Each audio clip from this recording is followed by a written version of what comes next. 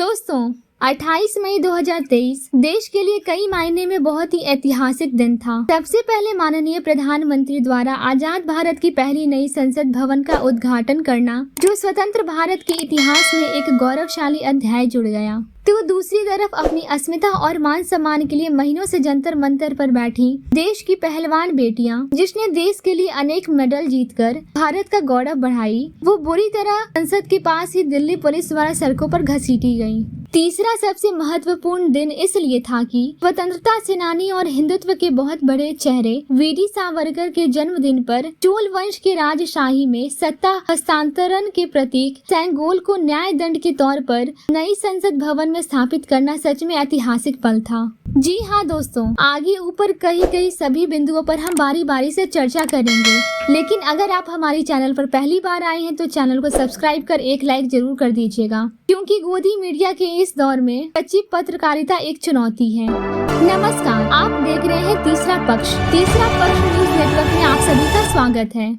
दोस्तों 28 मई 2023 को आजादी के अमृत महोत्सव काल में देश को नई संसद भवन मिली, लेकिन विश्व के सबसे बड़े लोकतांत्रिक देश में इस ऐतिहासिक अवसर पर भारत के प्रमुख विपक्षी पार्टियों को नई संसद भवन के उद्घाटन समारोह में शामिल नहीं होना बहुत बड़ा सवाल खड़ी करती है। क्या सरकार चाहती तो कोई तीसरा रास्ता निकाल सकती थी? कई विशेषज्ञों के अनुसार यह सवाल अभी भी बनी हुई है, क्योंकि भारत की प्रमुख विपक्षी पार्टियों का मानना था कि देश के सर्वोच्च संवैधानिक पद महामहिम राष्ट्रपति जी का होता है, इसलिए नई संसद भवन का उद्घाटन राष्ट्रपति महोदय के हाथों ही होना चाहिए था, क्योंकि वही देश के प्रथम नागरिक हैं। दूसरा, उद्घाटन समारोह की तस्वीरें जैसे जैसे मीडिया के माध्यम से लोगों के सामने आती गई, वैसे वैसे लोग यह भी मानने लगे कि यह नई संसद भवन का उद्घाटन समारोह कम और किसी राजा का राज्याभिषेक ज्यादा है।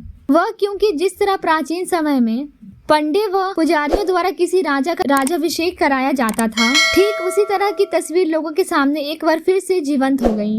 एक तरफ चोल वंश के राजशाही में सत्ता के हस्तांतरण के प्रतीक न्याय दंड, जिसे सेंगोल कहा जाता है, माननीय प्रधानमंत्री जी को सौंपी जा रही थी, तो दूसरी तरफ अनेक मेडल जीतकर देश की मान और सम्मान बढ़ाने वाली भारत की पहलवान बेटियां ठीक पास में दिल्ली पुलिस द्वारा सड़कों पर घसीटी जा रही थी। इसलिए कहा यह भी जा रहा है कि इस ऐतिहासिक अवसर पर विपक्ष की अनुपस्थिति और देश की पहलवान बेटियों पर दिल्ली पुलिस की शर्मनाक हरकतों ने पूरे उद्घाटन समारोह को फीका कर दिया। अब सवाल उठता है कि देश की पहलवान बेटियों पर दिल्ली पुलिस की डंडा तो चल गई, परंतु पॉस्को एक्ट के आरोपी बृजभूषण सिंह पर न्याय दंड कब चलेगी, ताकि देश की पहलवान बेटियों को इंसाफ मिल सके? इस पर प्रधानमंत्री जी क्यों चुप हैं? यह सवाल अभी भी बनी हुई है। अब तीसरे सवाल पर आते हैं। देश के लोग और भारत की प्रमुख विपक्षी पार्टियां नई संसद भवन के उद्घाटन की तिथि को लेकर भी सवाल खड़ी कर रही है।